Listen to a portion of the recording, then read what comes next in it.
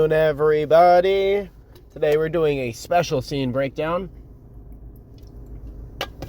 This film is by far the most popular film that I've broken down so far. It is Joker with Joaquin Phoenix from 2019. I can't remember the name of the director, but it is the same director as The Hangover, of all people.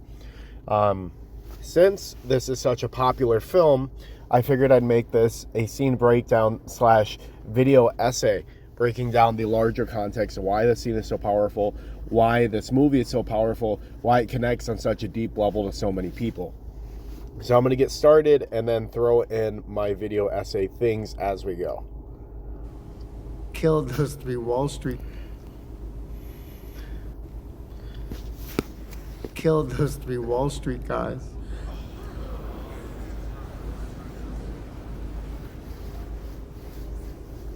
Okay, I'm waiting for the punchline. There is no punchline. It's not a joke.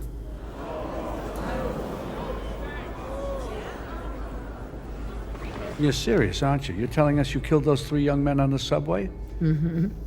And why should we believe you? You got nothing left to lose. Nothing can hurt me anymore. My life is nothing but a comedy. Well, let me get this straight. You think that killing those guys is funny? I do. And I'm tired of pretending it's not. Comedy is subjective, Murray. Isn't that what they say?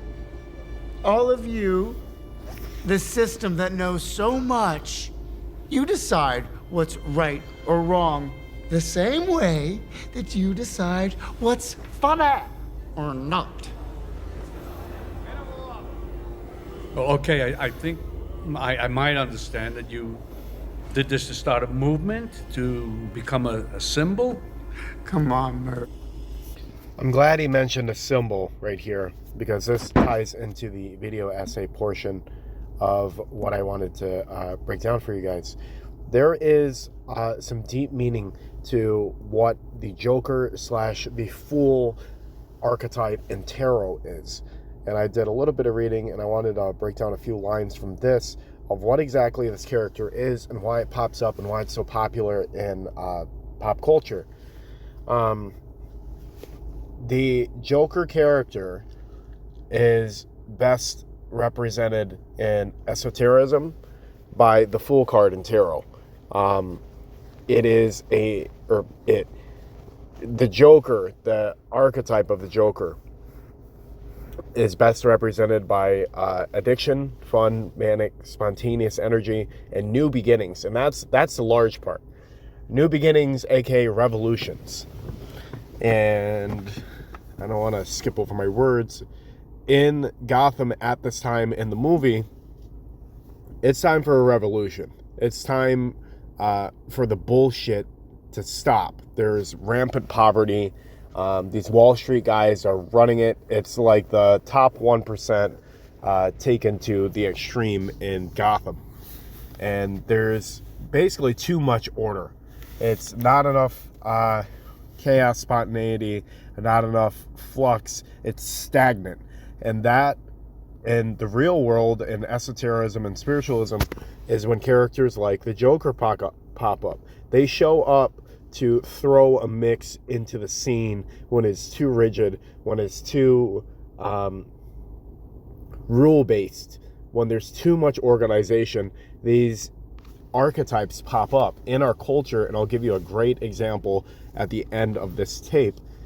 There's one last thing that I wanted to break down from this article. Where's that? There. This is what I really liked. I'll highlight this, that way you can see the article if you want to read the whole thing. But basically what it says here is that the Joker or the Fool archetype is necessary for the growth of an individual and a society, and it precedes the Magician, which is the basically the king card in tarot, if you follow that. In other words, in order for an individual or a society to grow, they have to go through a period of madness. And refined sanity with that right-brained, chaotic insanity still within them, but under control. It's a necessary step to growth to grow through this Joker period. And I relate to this a lot because, you know, where my infamy started was through my rampant drug addiction on Snapchat and going into psychosis in public and freaking the fuck out. I've gone through madness. Psychosis is not fun. You're completely out of control and you don't know you're out of control. It's fucking terrifying. And it took me years to really piece myself back up together because I was terrified I was permanently like that and that I was just stuck being insane. But it was drug induced. I've regained my mind. And now that I've gone through this period of insanity and I had to piece my brain back together bit by bit, I now feel like I'm on the correct pathway to, in tarot terms, a magician, in our terms, kingship, leadership. I've gone through the muck and now I can put those pieces back together and use my experience to grow. Let's keep going with the scene. Movement to become a symbol? Come on, Murray. Do I look like the kind of clown that could start a movement? I killed those guys because they were awful. Everybody is awful these days. It's enough to make anyone crazy. Okay, so that's it. You're crazy. That's your defense for killing 3 young men? No. They couldn't carry a tune to save their lives. Oh, why is everybody so upset about these guys? If it was me dying on the sidewalk, you'd walk right over me. I pass you every day and you don't notice me. But these guys, what, because Thomas Wayne cried about them on TV? You have a problem with Thomas Wayne? Yes, I do. Have you seen what it's like out there, Murray? Do you ever actually leave the studio? Everybody just yells and screams at each other. Nobody's civil anymore. Nobody thinks what it's like to be the other guy. You think men like Thomas Wayne ever think what it's like to be someone like me? To be somebody but themselves? They don't. They think that we'll just sit there and take it like good little boys, that we won't werewolf and go wild. You finished? I mean, there's so much self-pity, Arthur. You sound like you're making excuses for killing those young men. Not everybody, and I'll tell you this, not everyone is awful. You're awful. Me? This is what I love about the Joker archetype. Joker is also represented by truth, and it ties into the losing your mind aspect. When you lose your mind and you're completely out of the box, it's a privilege in a way. Because once you regain your senses, you've been out of the box. You've been out of your fucking mind. And then you return to reality. And now that you've returned, you can see all the flaws and kinks and chinks in reality. And what he says is he says that Arthur Murray is fucking awful. Oops. This man right here is fucking awful. He is a representation of Gotham City at this time. And the Joker's right. This guy is not a good guy. He's a media mogul that makes fun of the poor with his rich buddies and profits off this basically apartheid society. And the apartheid society props him up, but the society itself is what's wrong. The best comparison I can think of to make to this would be Nazi Germany in like 1939. The entire society thought Nazism was the answer. And if you were a German in 1939 saying, yo, what the fuck, we can't be doing this, you would be called crazy. Until you're able to escape the box of your reality and look at it from an outside perspective, you will be locked in it. And most of the society in Nazi Germany at that time was locked in it. And in this movie, Gotham City is locked in this false paradigm that this is the way that it's supposed to be. And they're calling Joker crazy because he sees through the bullshit. He's lost his mind. He's able to look at things through an objective point of view. And he's the quote-unquote crazy one because he's calling out the bullshit. And they're like, we don't have bullshit. This is the way it's supposed to be. Blah, blah, blah, blah, blah, blah.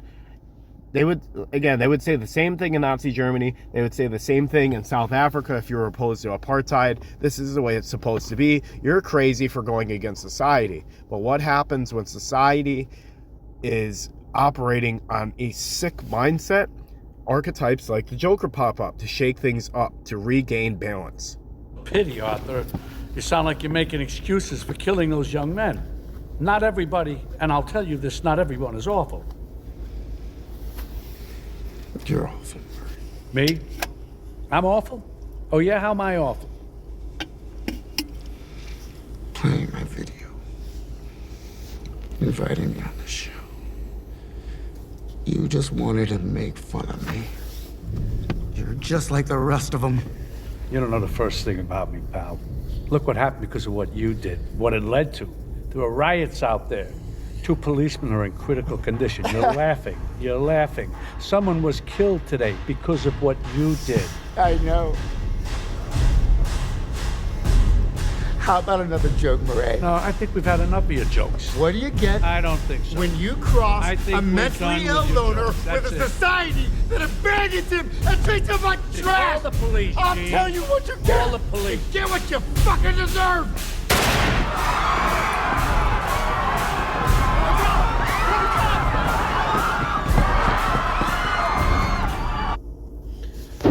Oh my God. This is so much more than a simple murder. What Joker, or rather what he actually is, he is the archetype of chaos in the face of too much order. When I say too much order, it's this dystopian orderliness that leads to apartheid societies, that leads to genocide. This Joker archetype just executed order in the city in the form of Murray. And you see it in the following scene. It won't extend into this video, but in the following scene, the entire city erupts into riots because what he just did, again, the archetype of new beginnings, aka revolution, he just started a revolution executing the symbol, the media mogul of order within this segregated apartheid class driven society. He publicly ended it. It's over. The old days are over with the death of Murray, and it was done by Joker. The symbolic weight of this is insane. And you'll see what I mean in a little bit when I break down how this ties to our real reality.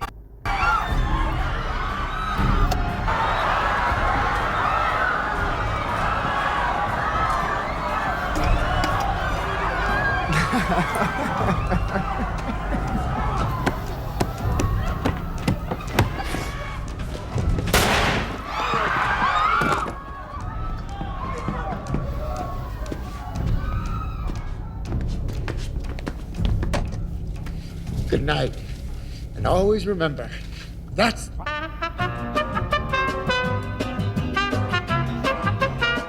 Breaking news. Popular TV talk show host Murray Franklin shot dead tonight on the live telecast of his program by one of his guests. Introduced by Franklin as Joker is currently under arrest. Merely just a punchline to a joke. Get what you I think we're done with a society that abandons him and treats him like This model class. Let's bust another myth. Okay, now this is the final chapter of this video essay. I'm going to tie it into how this actually plays out in reality. As a week of pretrial motions ended today in the case of the 4 Los Angeles policemen already indicted in the Rodney King beating, the county grand jury signaled that will be the extent of the criminal case. 17 other so-called police bystanders at the beating scene will not be indicted, a development noted with frustration by the Los Angeles County Attorney, whose office presented the evidence. Now, however morally wrong their failure to intercede, in California law there is no criminal statute under which these officers can be indicted. The inaction of the 17 officers may now be investigated by the U.S. Attorney's Office for possible civil rights violations. But of greater concern, said the county attorney, are the results of interviews with some of the police bystanders. So, reason I show that is because Los Angeles in 1991 was a notoriously racistly policed area. NWA rapped a lot about it. A lot of other Compton-based rappers rapped about this basically American apartheid of the way that the police treated black people in the society at that time. And what we just watched was the beating of Rodney King in 1991. And what had happened, I think there were 8 or 9 cops beating the shit out of Rodney King. Rodney King wasn't innocent. He was a drug user. He was in, I think it was a police chase, and was finally pulled over by the police. But rather than the police being the heroes that we like to think of the police as, they took the opportunity to beat the living shit out of him. Damn near to death, broke some of his ribs, busted his face up. I think they broke his leg. Just took the opportunity to fuck him up instead of doing the law, you know, put him under arrest, get him in jail, because that's supposed to happen, right? Well, in Los Angeles' society at the time, that is not what was happening. Part of this too orderliness was the law, the police. The police were not too orderly. The police were notoriously racist, and that was the order in the city at the time. And they ran shit. Basically without opposition, and it led to this video of Rodney King getting beat the shit out of, and then everyone's like, dude, this is on camera, and we all know what's been going on. Arrest those fucking cops, because they're acting way out of the jurisdiction. They didn't do justice. They just took the opportunity to beat the fuck out of this black guy. And instead of justice being served to the police, they were all acquitted. They were all pronounced innocent by a jury. And there's more history to this, but they were specifically moved to a county in California where it would be a biased white population. There were no colored jurors at all in the trial on purpose to lead in the favor of the police. And the way that I understood this after studying the LA riots and the repercussions of the Rodney King beating, if you think of a society as a superorganism, and the cells are individual people. When a society is sick, or I should say when a body is sick, it sends white blood cells to the infected zone, and it gives the body a fever. It kind of cooks the body, and it's in a way dangerous. You can die of a fever, but it has to go through this necessary process of cooking out the rot within the organism. Society works the same way. And when within the Los Angeles organism, superorganism, society, or I should say the individual cells or people within the society realize that, oh, our body is saying that this is okay to beat the fucking tar out of people by our police force. That's a sickness. We need to get rid of it. And they tried to get rid of it through trial, and that didn't work. So what happened was this eruption, this giant society-level immune response, and the city burnt to the fucking ground. And the hot take that I have is, I think it was an extremely necessary step for the city of Los Angeles to grow as a society. It had to burn down. It had to go through this fever in order to grow, because the opposite thing that could have happened is these police beat the fuck out of Rodney King, get acquitted, and then nothing happens. What does that mean? That means this cancer in this society was never attacked is a strong word, never dealt with by the immune system of the society, and that cancer would continue to grow. If the city did not burn down the way that it did, we would see more Rodney King beatings, we would see more racist cops. It would empower this cancer in the society at the time. And the way that this ties into the Joker, and this is why I love the Joker as a film, is because this chaos was introduced as a necessary step to growth for Los Angeles. The city of Los Angeles, had it not gone through the riots that it did, would have still stayed in that stagnant, too orderly, racist type that it was at the time of Rodney King if it didn't burn to the fucking ground in an immune system, society-wide fever response in the form of the LA riots. Reported structure fire for Light 464. We're taking some pretty heavy flak on Adams about Hobart. There's 3 separate we got bottles through the window. Like the full on. Some PD in that area and some fire companies assigned. We have a fireman shot. We need help immediately. Roger, OCD. We can't beat us out in front of the gurney. They're dispatching LAPD units along with all fire trucks that respond to major emergency blazes for protection. But with respect to trying to get LAPD service or anything else, folks, you're on your own down there.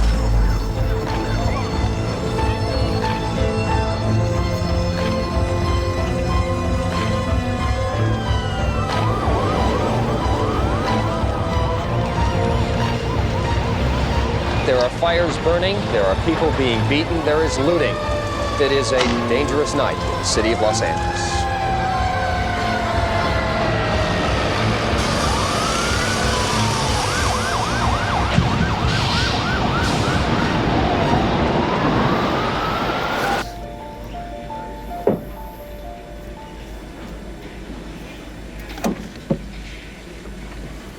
I'm advised that there is someone from the Secretary of State's office on the way over to accept this proclamation of a state of emergency for Los Angeles City and Los Angeles County. This is in response to a request by Mayor Bradley. As a result of the discussions that we have had, there will be as many as 750 California Highway Patrolmen. Additionally, we have made available some 2,000 National Guardsmen. They are on standby, prepared to move. Transport has been arranged, and it is our purpose here at the state government level to restore law and order and to minimize the danger to the residents of the area. This is a matter that needs to be settled in the courts and not in the streets. Thank you. So to bring it back to how this insane event happened, Los Angeles had to go through a period where the archetype of the Joker visited their city, the archetype of chaos, the archetype of revolution, the archetype of burning things to the ground. It was a society-wide fuck no reaction to what had happened to Rodney King. It wasn't just an individual beating, it was a representation of everything that was happening in the city. Everyone knew that the cops were racist as fuck in Los Angeles at the time, and this tape came up, and it was extremely validating to the people that had said this shit is happening all the fucking time. Now we have tape, please do something about it. And the law, the orderliness at the time said, no, this is normal. So in response, the archetype of the Joker visited Los Angeles and burnt it to the fucking ground to start a new beginning for Los Angeles. It was an extremely violent event. It was not a fun event. It's not something to celebrate. But this was necessary for the growth of that society at the time.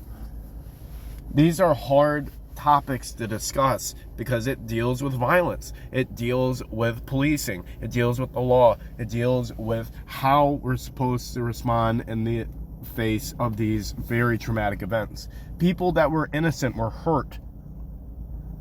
But this event was still necessary for the growth of the super organism of Los Angeles. I don't promote violence. I don't enjoy what happened. But in hindsight of this event, the Joker visiting Los Angeles in 1992 was a necessary step in order for that society to grow.